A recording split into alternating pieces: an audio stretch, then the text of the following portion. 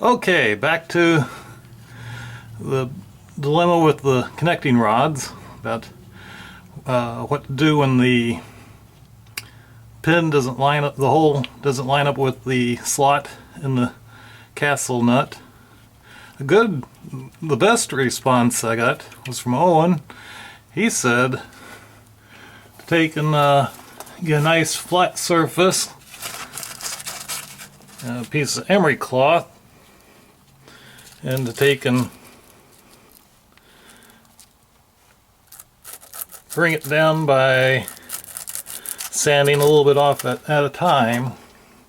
That is using a nice flat surface. He mentioned about a nice thick piece of glass and putting emery cloth on it. I would think any of these machine surfaces would work. Well, I'm upside down right now, so it'd be a little hard, but that was his suggestion, and I think that was an excellent suggestion. But my deal is, how is this done, like at a factory, or if you take the engine into somebody that is qualified to do this, what do they do? So after endless searching, and I would not advise searching or looking into torque, because that just opens up another can of worms. Because when they start talking about torquing, they say that's the worst thing you could do is when you I tighten down a nut to use torque values, but that's the only thing we have available to us that's easy to do, because they get into talking about bolt stretch and everything else, and then when you torque it, you should torque it and then walk away from it, come back in an hour, retorque it. There's a lot of physics that goes into torquing a bolt down, and so what I'm going to try to do is just lay it out as to what I found, and to give you a reference if you want to check on it. The funniest part was that I found it in Wikipedia. I found another guy. We were looking about Carter keys. Well, they call them split pins, and it talked about the castle nut, and it referenced aircraft manual, which I purchased, and it tells that you're supposed to torque it down to the minimum value, and then if it doesn't line up, to keep turning the same way you were turning it when you're tightening until it lines up, and then you can put the Carter pin in. And then on the Carter pin itself, or split pin, whichever you call it, Carter key, split pin, maybe I'll just combine, like I said, combine the two, Carter pin. But then there's even a special way you're supposed to do that. So let me go over that real quick.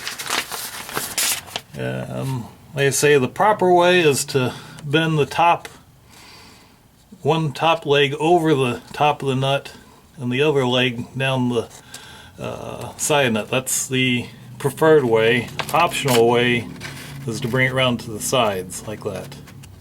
And they also, it's unbelievable the amount of stuff they have that you can find that you'd think is common sense, but I guess it's a good thing they do put in writing so you can reference it. The thing is, they say make sure that the pin doesn't go down to the base of the nut when you bend it over this way, and then when you bend it over the other way, not to go beyond the head of the bolt. Right here. Well, I shouldn't say head of the bolt, but the end of the bolt. You don't want to go past the end of the bolt here. So that's the two things about the Carter key and split pin. And there was something else I wanted to mention while I was on the subject. Well, so that's what I'm going to do. I'm going to go ahead and torque these down and put the pin in.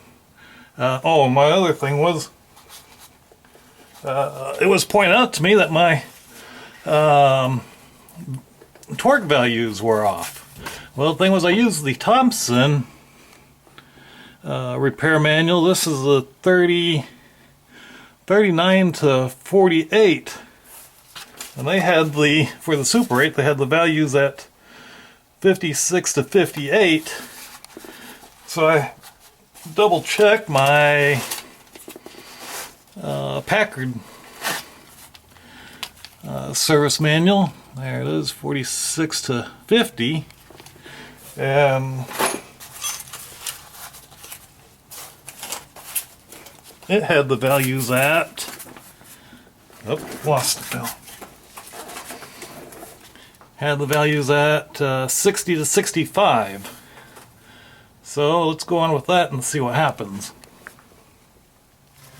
Okay, now I got them all snugged down to 50. Matter of fact, there's another thing that the said when I was reading about the torque.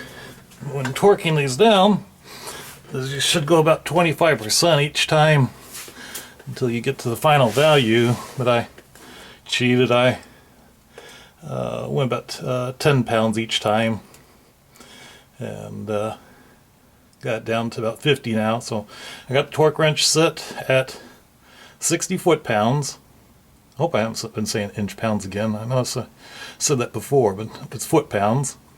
So it's set at 60 foot-pounds, which is a minimum. And I have to thank my master mechanic, because that's what he had suggested when I first told him about this. He said, "Yes, what size bolts were?" I said, "They're 5/8 inch bolts." He goes, "Holy cow."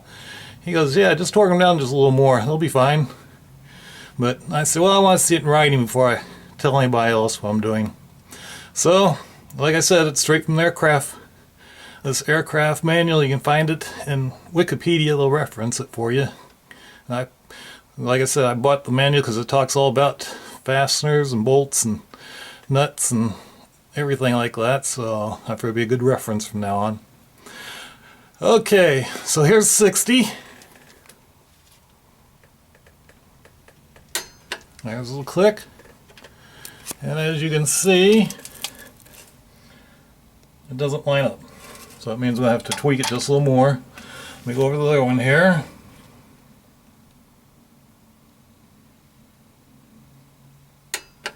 There's 60. Oh, that one's almost dead on though. Might need just a little bit of a tweaking on it. Let me see, did I leave my nail? I did have a nail down here that I was using for earlier, but I guess I cleaned up earlier so I won't make a mess. Let's see, here's a card pin. Yeah, look at that. See that card pin? Oh, that is sweet. That's where you like to see it. Just needs just a tad more. That's looking good. I'm really glad of that. This little, probably just a little tapping, I can get that in there. Oh, here we go. There's a hammer. Remember, I am right-handed and I'm doing everything left-handed here. There we go. Oh, I messed up. I normally like to put the big side on top and the small side on the bottom, because it makes it easier when because I usually bend the top one. Let's see how that works. I don't think it really makes any difference. That's one of the things I didn't find in the manual. I didn't find anything. We're talking about what difference, if it makes any difference on that. But like I said, total success. Oh, and another thing that I did read, of everything I found, and every talking about when using a torque wrench and torquing nuts down, the one thing that they said not to do is never back off on a nut, because you're relieving the tension off that bolt, and never back down, in other words. So let me go ahead and finish torquing these down. And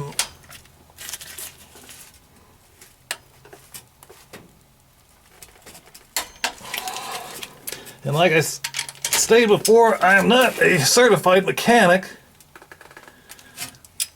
so you can't. I'm just like the average person that loves to tinker and work on stuff. Like I said, look at that one.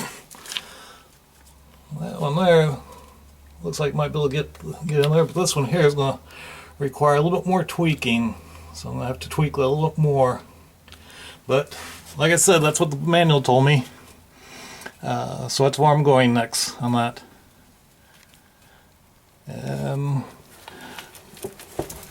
Oh, and as far as the cleaning of the oil sump, I've got some real good responses on it. Looks like what I found on cleaning it, normally you want to stay away from gasoline because if any type of varnish builds up from the petroleum product, gasoline won't clean it off, so you use something like mineral, what do they say, mineral spirits, paint thinner, I guess is another word for mineral spirits, or brake cleaner does good. So, something along those lines that'll clean the varnish off. So,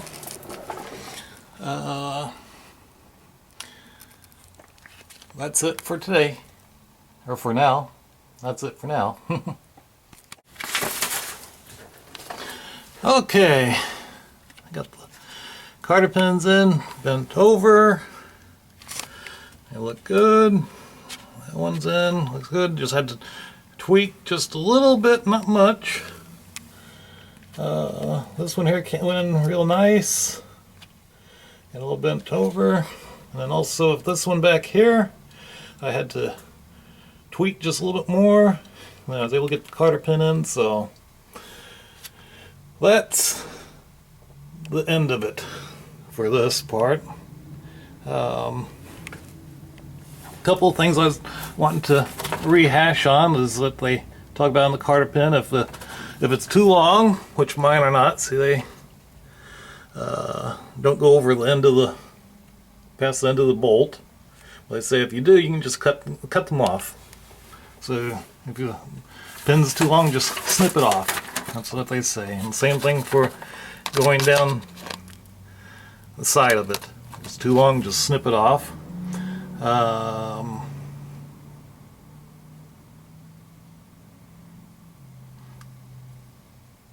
Let's see. Oh, and the other thing is, I mean, a lot of stuff is just common sense when you think about it.